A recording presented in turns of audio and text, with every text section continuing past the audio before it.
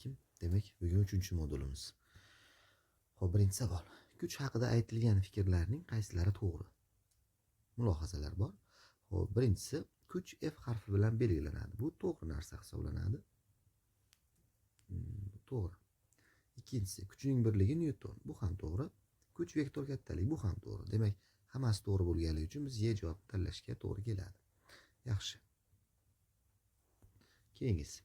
Rasmdagi jismga ta'sir etayotgan kuchlarning natijavisi necha Newton bo'ladi? Xo'p, bu juda ham oson savol. Mana bu 30 Newton bilan 20 Newton qarama-qarshi turganligi uchun yuqoriga qarab 10 Newton. Mana bu 20 Newton bilan 10 Newton qarama-qarshi turganligi uchun bu tomonga qarab 10 Newton. F natijaviy kelib chiqadi. Ilzosida 10 ning kvadratiga yana bitta 10 ning kvadratini Pifagor teoremasiga o'xshatib ishlaymiz va bu 10 ilzosida 2 degan javobni beradi. B javobimizda turibdi. Keyingi masalamizga o'tyapmiz. Birinchi rasmdagi kuchlarning natijavisi ikkinchi rasmdagi qaysi chiziqqa mos tushadi deyapti. Ustozda buni ishlashning ham oson usuli bor.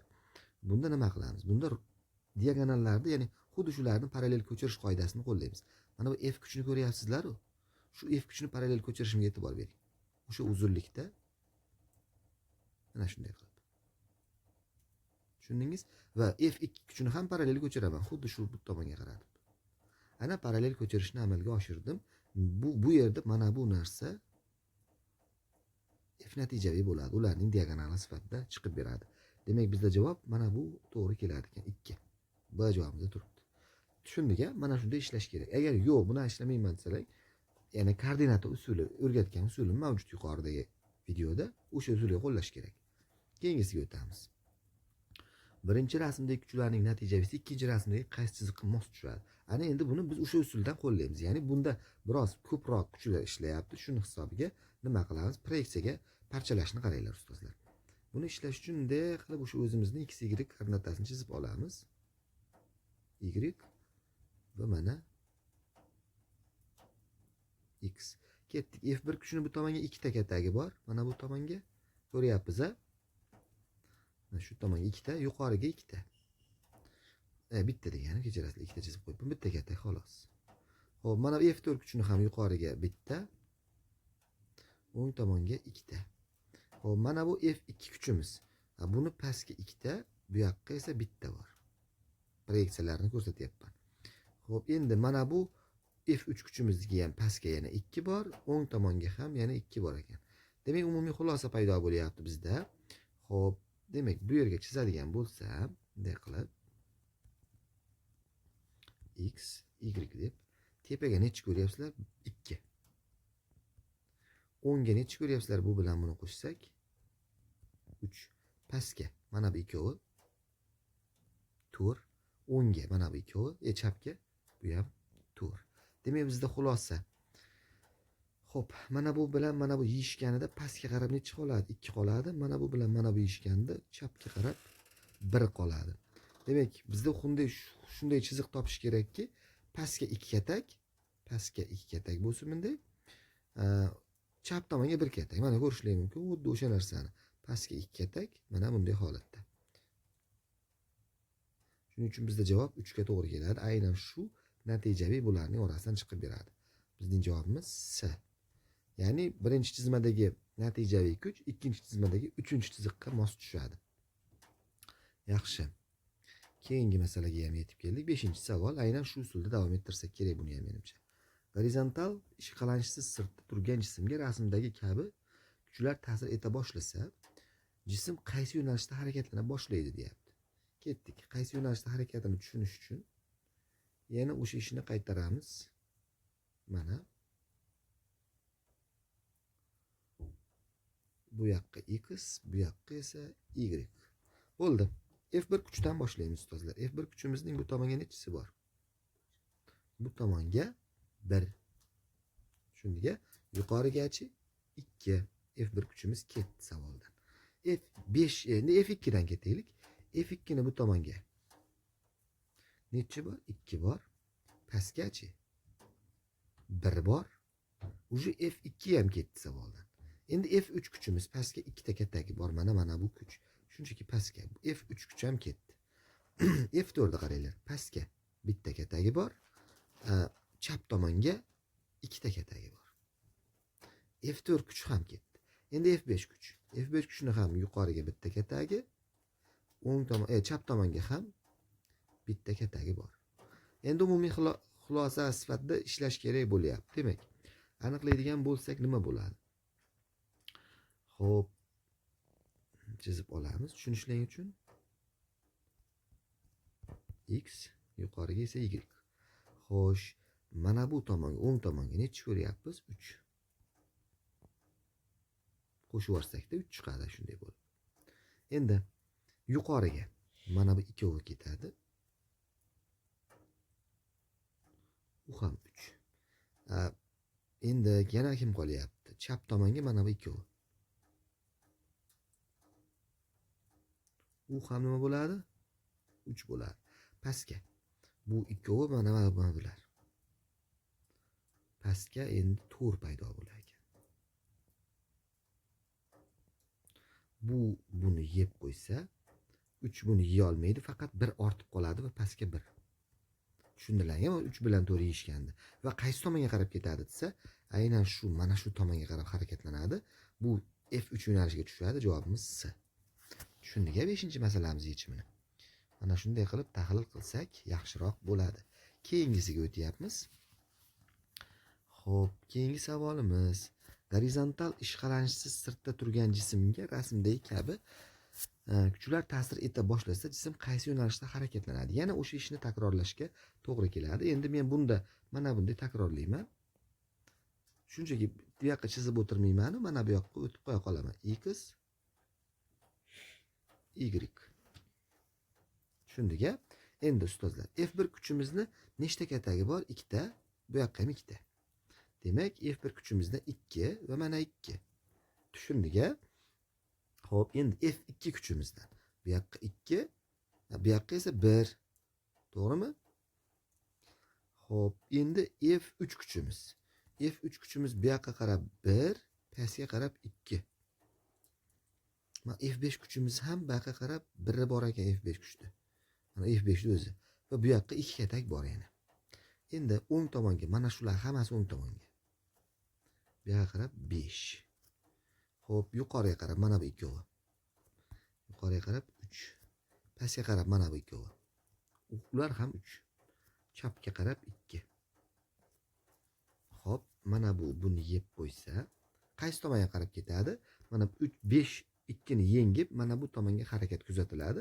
Shuning uchun bu yo'nalish x ning plus yo'nalishiga tushadi. Plus x yo'nalishida degan javobni A javobini tanlab olamiz. Tushundik? Keyingi masalaga ham keldik.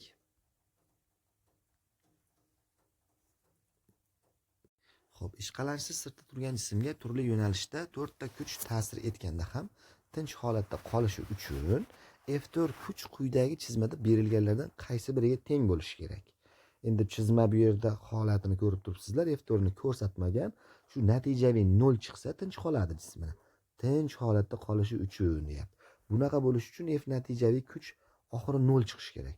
Aynan 0 chiqishi uchun F4 qaysi chiziqqa tushishi kerak deyapti. Buni ishlashimiz uchun yana bir o'sha usulni qo'llaymiz ustozlar. Yana avvalgi usulimiz. Koordinatni chizib olamiz. Shu usulni o'rgatib tashlayman baribir. Chunki juda ham muhim usul. Bu X. Bu yer esa Y. Demak, ko'rishlaring mumkin. F1 kuchimizdan boshlaylik birinchi bo'lib. Mana bu F1 kuchimizdan. Boshlaydigan bo'lsak, pastga qarab necha katak? Pastga qarab 2 katak. O'ngga qarab, chapga qarab ham 2 katak bo'ldi. Endi F2 kuchimiz bu tomonga qarab 1 katak, pastga qarab ham 1 katak. Endi F3 kuchimizni ko'raylik. Bu yoqqa qarab necha katak? 2 katak, yuqoriga qarab esa 1 katak. Shu uchala kuchning natijavisini topib ko'raylik, nima bo'lar ekan? Uchala kuchning natijavisini aniqlaydigan bo'lsak, avvalambor yana o'sha ishni takrorlaymiz. X, Y. Xo'p, o'ng tomonga necha ko'ryapmiz? Mana bu ikkovini. 3. Yuqoriga 1. Pastgachi, pastga ham 3 ekan. Mana bu ikkovini ko'ryapman. Chap tomonga 2. Xo'p, endi hisob kitobini qiladigan bo'lsak, ustozlar nima paydo bo'ladi bu yerda? Pastga qarab, ko'rsak, pastga qarab 2, to'g'rimi? Xo'p, endi o'ng tomonga qarab 1. Mana shunday natijaviy kuch paydo bo'ladi. To'g'rimi? Biz mana shu kuchni yeb qo'ya oladigan F4 kuch qo'yishimiz kerak. Ya'ni F4 kuchimiz mana bunday tursa, F4 kuchimiz xuddi shunga o'xshab simmetriya teskari chakka tursa, F4 mana buni nima qiladi? Yeb tashlaydi agar. Demak, bizda F4 bu yerda biz natijaviy kuchimiz mana bu yerdan chiqyapti. Ko'rdilar 3 ta kuchniki. Endi F4 kuchimiz mana bu yerda bunday bo'lib chiqishi kerak. Shunda bu F4'imiz mana bu F natijaviy, bulardan chiqqan F natijaviyni nima qiladi? Yeb qo'yadi. Demak xulosaki F4 qayerda chiqyapti desa, F4 mana bu yerda chiqayotganligini ko'rishing mumkin. Mana bu 4-chiziqqa. Bu D javobimizga to'g'ri kelyapti. Demak, keyingisiga o'tamiz. 8-savol. Rasmda ko'rsatilgan kuchlar ishqalanchsiz gorizontal yuzada joylashgan KLM jismlarga qo'llaniladi. Xo'p, shunga ko'ra jismlarning qaysi biri tinch holatda qoladi deyapti. Bo'limlar bir xil masofada joylashgan. Xo'p, qaysi biri muvozanatda qoladi deyapti. Ustozlar, birinchisidan muvozanatda qolishi uchun Nyutonning birinchi qonuniga ko'ra F natijaviy kuch 0 chiqishi kerak. Shunda jism muvozanatda qoladi. Birinchisiga e'tibor qaratsangiz ustozlar, mana bu ikkovi natijaviysi bunday bo'lib bu yerdan chiqadi va bu natijaviy uzunlik qiladi bunga nisbatan. Mana F3 buni yeya olmaydi. Shuning uchun mana bu shu bulardan natijaviy kuch 0 chiqmaydi. Negaligini yana bir marta ko'rsatsam. X, Y koordinata chizib olasiz. X, Y. F2'ingiz tepaga 2, buningiz bu yoqqa 2, buni bu yonga qaragan biri bor, pastga qaragan biri bor. Demak, ayiradigan bo'lsangiz, mana bu 2 dan 1 da ayirasiz, mana bu 2 dan bu 1 da ayirasiz. Va sizda mana bunday narsa paydo bo'ladi, natijaviy bo'lib. Tushundingiz? Shuning uchun bu narsa tizim ishlamaydi, yo'q. Keyingisiga qaraymiz. Keyingisida ham aynan shu usulda qayta qo'llayman. Faqat e'tibor beringlar. Bunday qilaman. Va mana bunday qilib X, Y koordinatalarini chizib olaman. Xo'p, X va yuqoriga Y. Xo'p, F4 kuchimizni bu tomonga nechtasi bor? Bu tomonga qaragan 2 ta katak, pastga qaragan 1 ta katak. Xo'p, bu ketdi F4. Endi F5, F6 mi? Xullas, necha desa shu kuchimizni, mana bu kuchimizni pastga qaragan bitta, chapga qaragan ham bitta. Xo'p, mana bu kuchimizniki. Uniki chapga qaragan bitta, tepaga qaragan 2 ta. Xo'p, mana bu ikkovi mana bu 2 bilan yeyishadigan.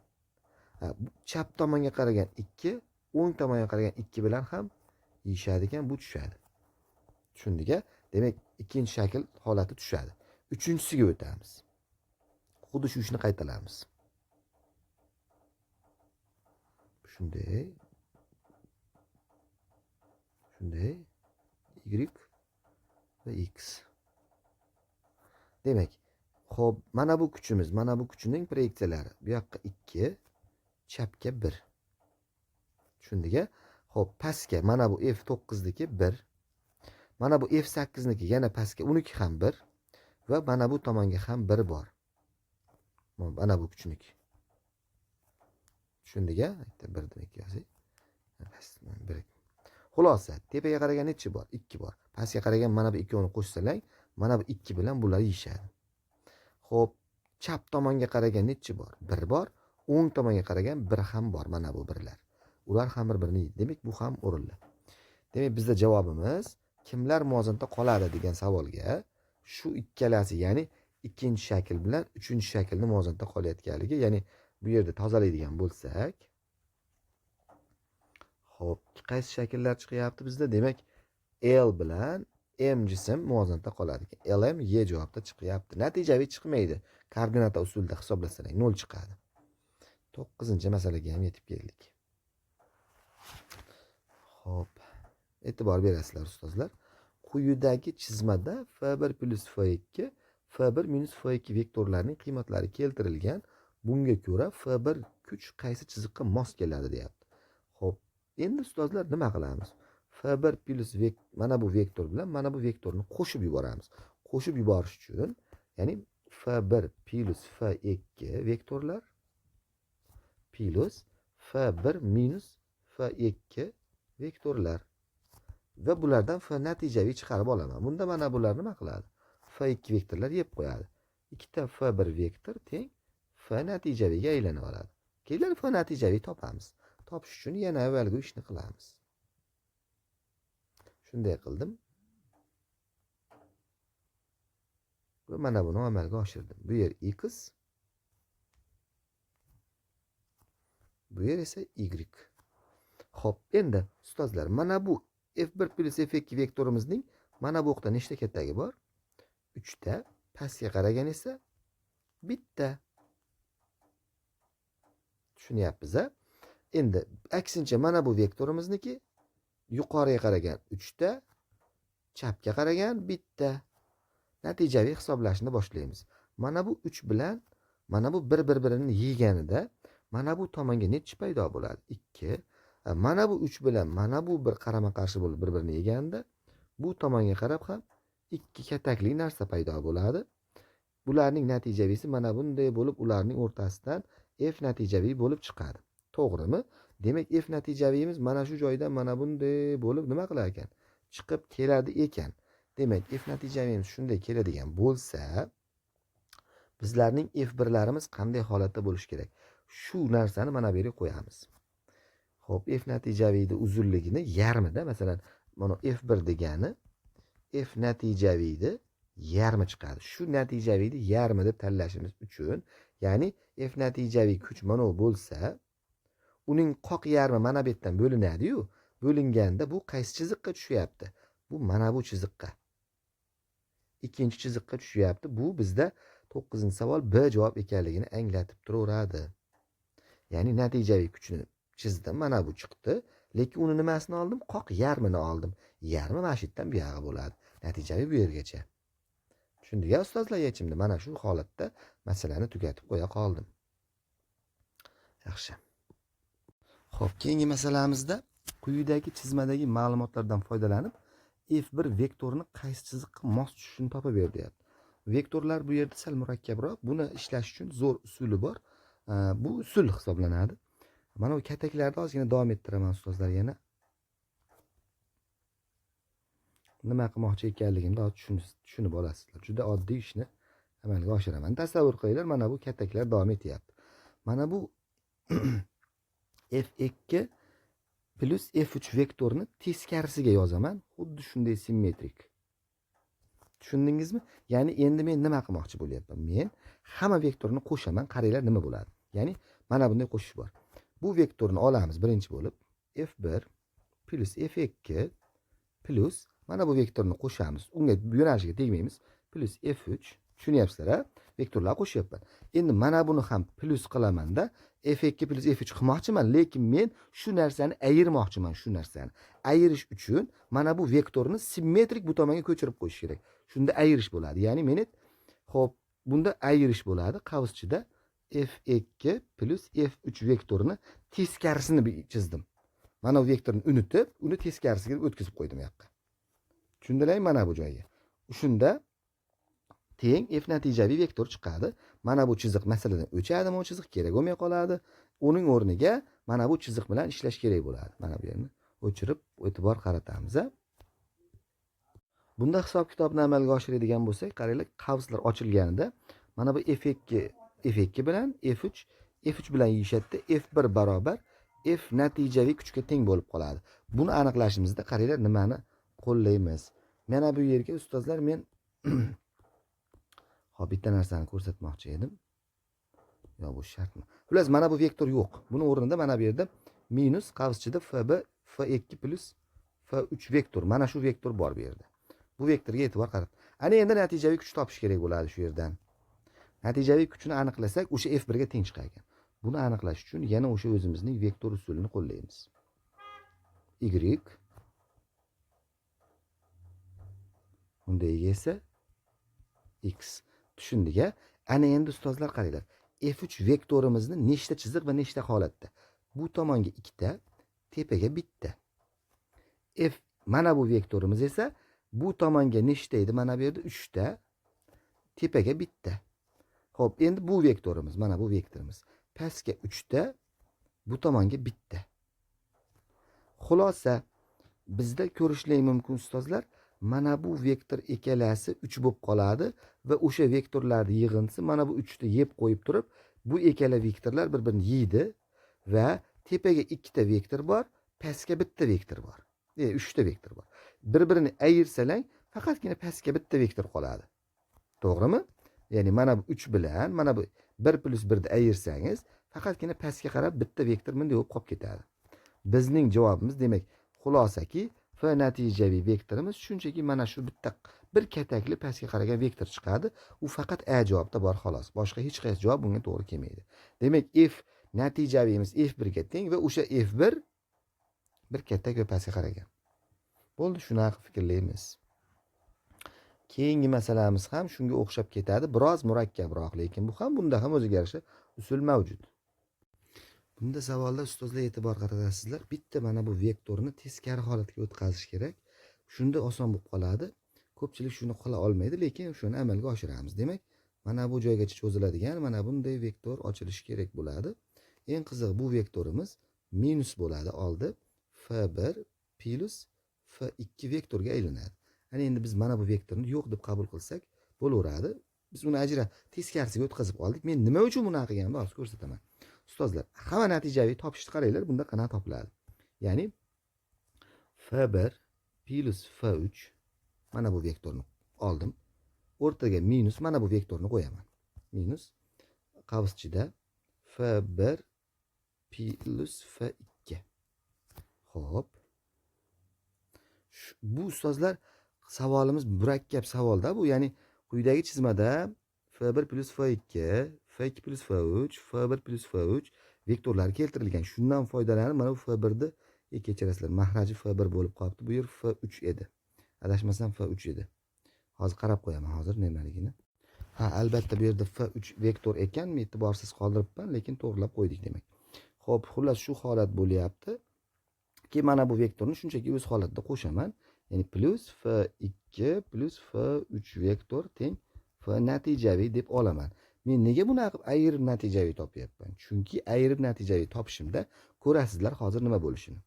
f1 plus f3 minus f1 minus f2 qavsni ochyapman. Plus f2 plus f3 teng f natijaviy. f1 bilan yeshadi.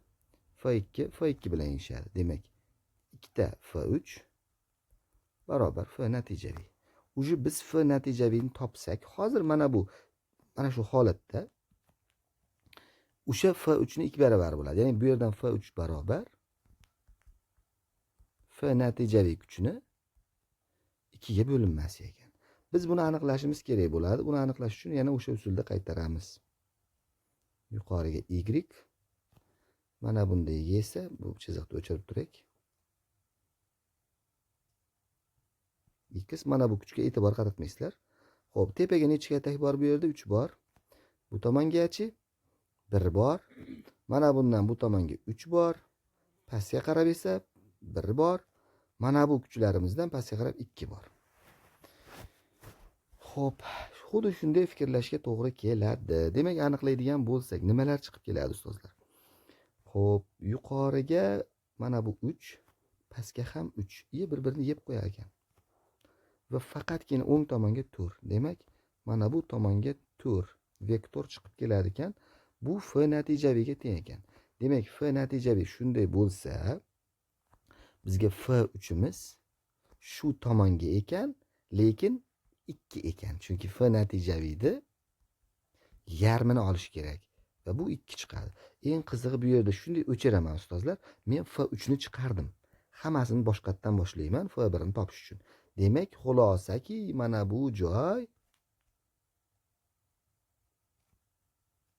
bu f3 ekan. Tushundik-a? f3 ekan. Endi ustozlar, biz f1 ni topsak bo'ladi. Qanaqa qilib topamiz ustozlar? f1 ni topishga e'tibor bering. Mana bu yerda f1 bilan f3 natijaviy shu holatda chiqyapti ekan. Endi biz shunday simmetriya qilaylikki, natijaviy kuch mana shu yerdan chiqa olsin ikkoviga. Biroz qiyinroq chiqdi.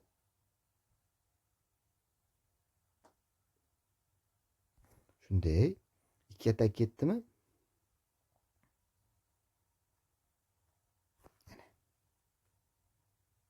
Ana. Romka idealniy to'layapti. Demak, mana bunisi ustozlar F1 bo'ladi. Mana bu ularning vektorial yig'indisi bo'ladi. F1 va F3.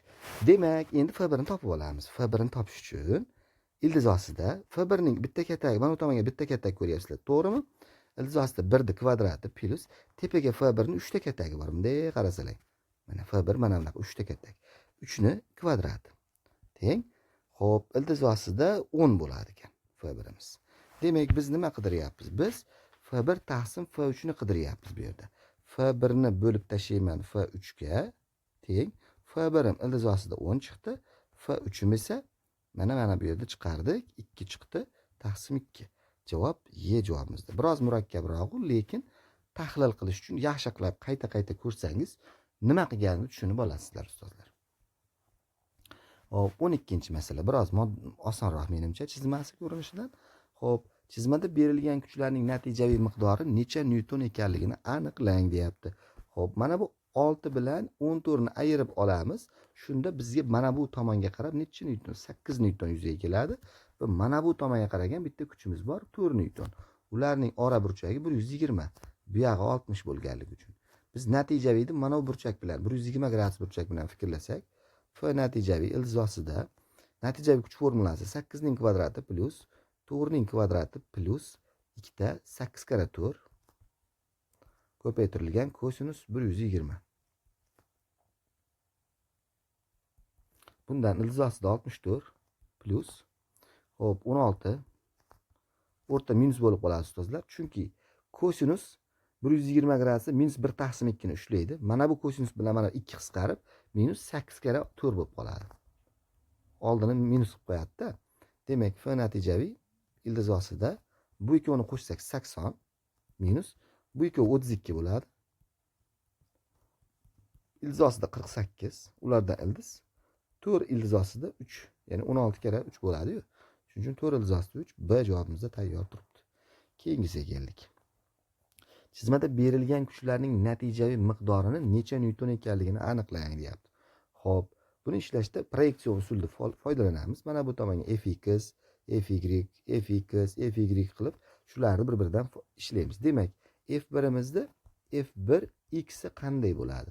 f1x 40. Formulasi f kosinus 37. Shu bo'yicha fikrlaymiz. Teng. Bu necha bo'ladi?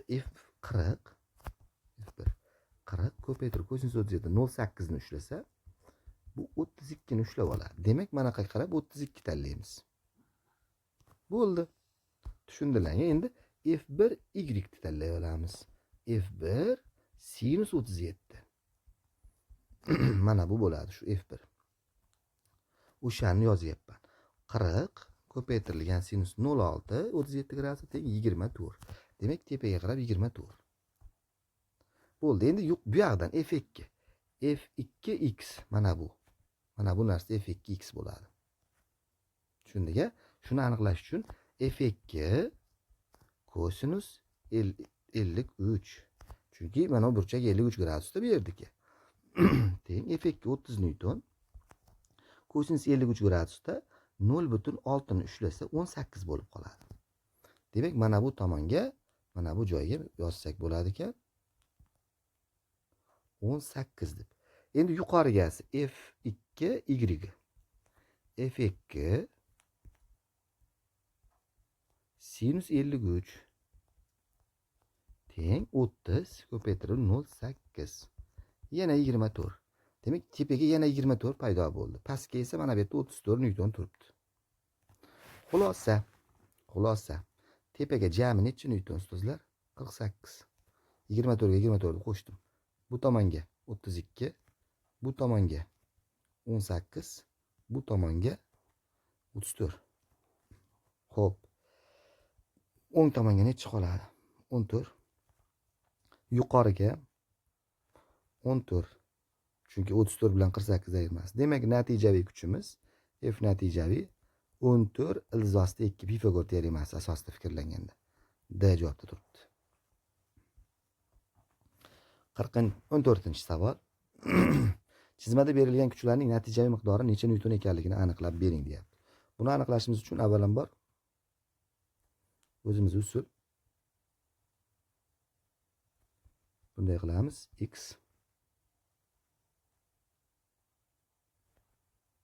Y. Mana bu joy 30 bo'lib qoladi. Mana bu joy ham 30 bo'lib qoladi. Xuddi shu zaylda buni ham parchalashimiz kerak bo'ladi. Ya'ni biz avvalambor mana bu yerdan boshlaymiz. F1x dan. F1x teng F1 ning o'rniga shu F1 kosinus 30 shuna bo'lish kerak. Qani hisoblaylikchi? Teng F1 ga 3 newton, kosinus 30 gradusda ildizda 3 taqsim nima? 2. Bo'ldi, shu turadi. Endi F1 y'imiz bu F1 sinus 30 bo'ladi. Teng F1 o'rniga 3 sinus 30 da 1 taqsim 2 bo'ldi. Endi F2x'imiz mana bu F2x'imiz bu yerda. Teng 8 degan F2 kosinus 30 teng F2 ga 8 kosinus 30 da ildizda 3 taqsim 2. Xo'p, buni endi turaversin. F2y F2 sinus 30 barobar 8 ko'paytirib 1 taqsim 2. Xo'sh, ana endi xulosa. Mana bu F1x bilan F2x bir-biriga qarshi turadi, teskari. Ayirsalar nima chiqadi? Ya'ni mana shu joyda shu holat bo'ladiki, xo'p, endi chizib ko'rsatib beraveraylik bo'lmasam, masalan, x y koordinatasini chizaman desalar, biroz qo'ying. Xullas, hozir joy ochik. Shunday.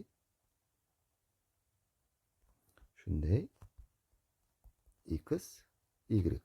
Xo'p, bu tomonga mana bu f2x bu 8 ildizosida 3 taqsim 2. Bu tomonga. Xo'p, 3 ildizosida 3 taqsim 2. Yuqoriga f1 y'imiz necha chiqdi? 1,5. Mana bunisi esa 4 chiqadi ekan. 4. Pastga 13. Ana endi hisob kitob qilish qolyapti, ustozlar. Tepaga 5,5 bo'lib qolyapti, pastga 13. Nima qoladi endi? Pastdan hisoblayman, ustozlar. Demak, pastga qarab 13 dan 5,5 da ayirib yuborsak. Xo'p, 13 dan 5,5 desa 7,5 qoladi. Endi 8 ildizosida 3 taqsim 2 dan 3 ildizosida 3 taqsim 2 ni ayirsak, bu tomonga qarab 5 ildizosida 3 taqsim 2 qoladi. Pifagor qilish kerak. F natijaviy. Ildizosida men mana bu narsani bunday yozib olmoqchiman. 15 taqsim 2 qilib. Kvadratga ko'taraman endi. Xo'p, 15 taqsim 2 ni kvadrati 225 taqsim 4 plus mana buni kvadratiga ko'taraman. 25 ko'paytirilgan ildizdan 3 dan 3 olinadi. Mahrajda 4 kvadratga ko'tardim hammasini. Va e'tibor bering. Bu 75 bo'ladi mana bu 25 kira 3. 225 ga qo'shsang, ildizosida 300 taqsim 4 chiqadi. Bu ildizosida 75 degani. Xo'p, F natijaviy kuchimiz ildizosida 75 degani 25 kira 3 5 ildizosida 3 degani. 5 ildizosida 3 bormi mana? S javobingiz tayyor turibdi. Shundalangan ustozlar, mana shunday fikrladim. Keyingisiga o'tyapmiz. 15-masala. Ishqalanishsiz gorizontal sirtdagi jismga 5 ta kuch ta'sir rasmdagi kabi ta'sir etganda jism teks harakat qilsa F5 qaysi chiziqqa mos tushadi? Teks harakat qilish uchun natijaviy kuch yo'q bo'lishi kerak. Yana o'sha ishni boshqatdan takrorlaymiz ustozlar. Natijaviy kuch 0 bo'lishi kerak.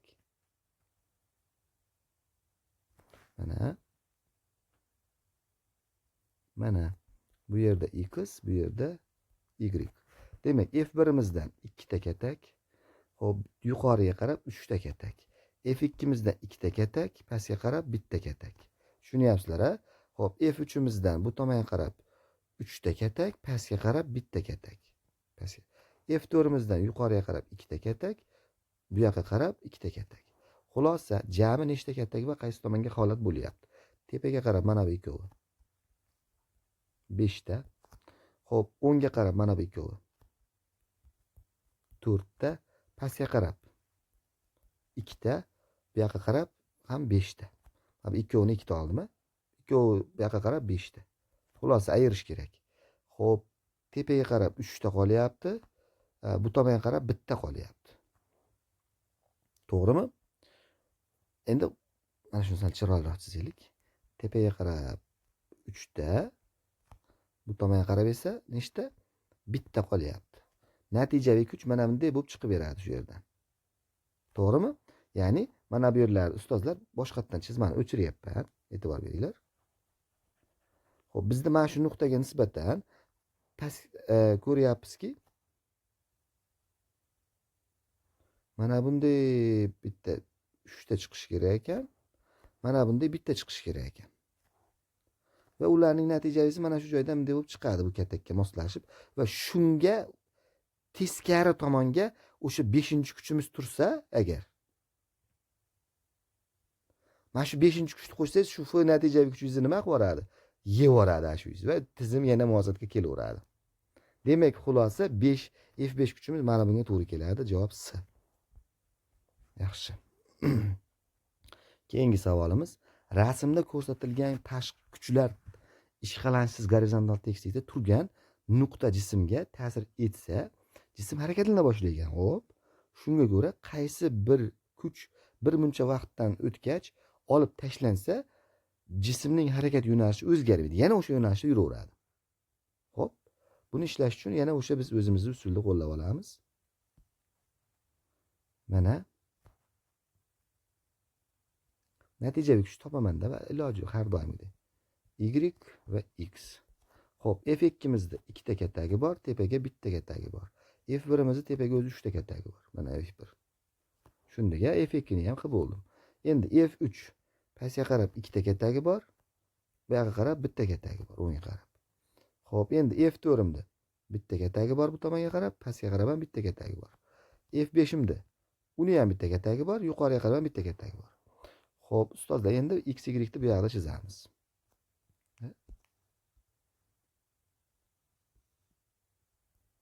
Xo'sh, ko'radigan bo'lsak, tepaga qarab nechi? Mana bu ikkovi 2 ta, mana bu.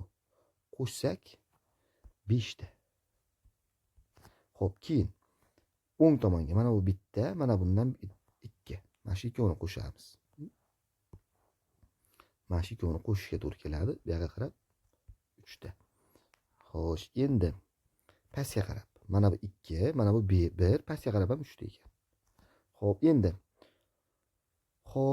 bu tomonga qarabchi, ikkovi qolyapti. Bu yoqqa qarab 2 ta. Natijaviy topaylikchi.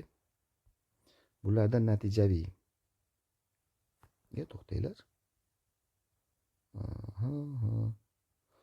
Kechirasizlar, mana bu yerda 2 ta olganman ekan. Buni 3 ta olish kerak edi. Chunki mana bu kuchning chizig'i 3 ta, shunda bu 4 ta bo'lib qoladi. Ana endi hisobimiz to'g'ri chiqadi. Mana bu 3 bilan mana bu 1 ni qo'shganingizda 4 chiqib beradi. Xo'p, bizda nima qoladi? Bu tomonga qarab 2, bu tomonga qarab ham 2. Demak, sizning natijaviyingiz mana bu yerda chiqib beradi ekan, ko'rishning mumkin. Tozalayman. Mana natijaviy kuch hozirgi holatda mana shundan chiqar ekan. Va shunday uzunlikda. F natijaviy. Agar F natijaviy shu yoqqa chiqadigan bo'lsa, tasavvur qiling, F4 ni olib tashlang. F4 ni olib tashlasangiz, naborot jism shu tomonga yanada yaxshiroq yurib, mana bunday natijaviy kuch hosil qiladi. Ya'ni mana F4 yo'qligi uchun yanada yaxshiroq shu tomonga yuradi. Xulosaki, F4 kuchini olib tashlasak, jismning natijaviy kuchining yo'nalishi o'zgarmaydi.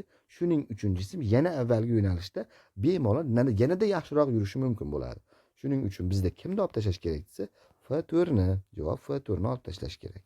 Shunda jism avvalgi yo'nalishda harakatni davom ettiradi. E'tiborlaringiz uchun rahmat. Sog' bo'linglar, salomat bo'linglar.